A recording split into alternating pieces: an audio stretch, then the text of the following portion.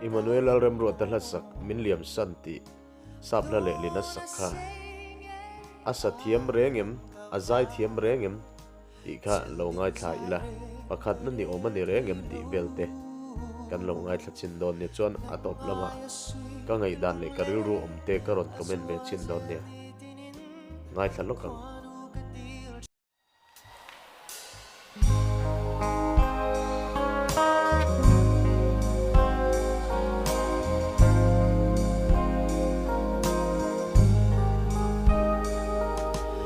Quang rua pui dan rua lo Thin lai lung lian shangin Min ngai lo ten liam da mo Dona sing arang kavai Chel din zai reng karel thei lo Nang ai asui lung le Azua zel ni tinin Quando cadil chin chiamale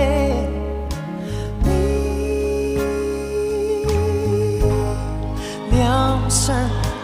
katlak le lai bertiin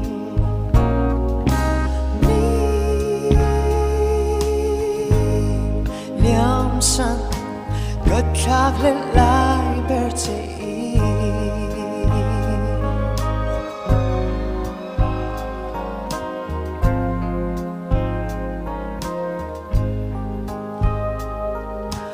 Golan ni chua tiarin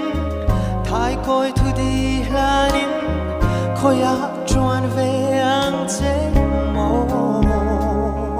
Di alung lam vai re Reng hian mo Loi klip pui kan mu le chi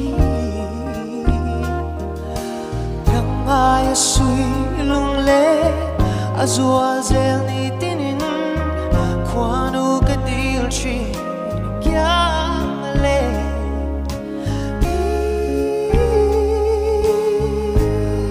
Liam san katlak le lai bertiin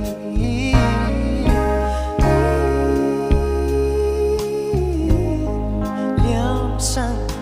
katlak le lai bertiin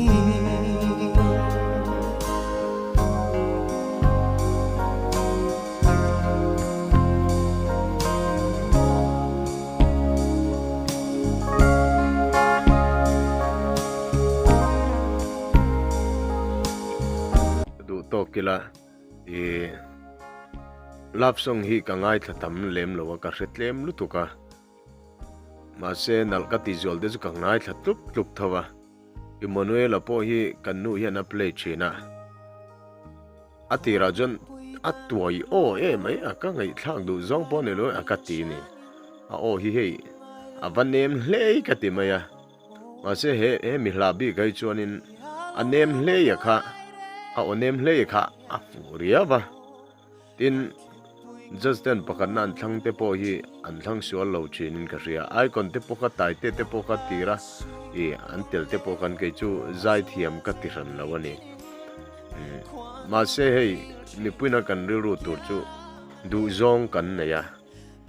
e ngai na zong kan ne ya ni kan ngai na zong a kha an zai thiam big ti na po ne chong lo zel ro sang ate tai te po tu te ma khan chen kha chon zai thiam an lo ti lo mai the ya zai thiam ti em kha zai thiam an lo ti lo the ni chu van chon just then an la khi chu tlang puya chuan icon te po tai te po alo fu em mai ni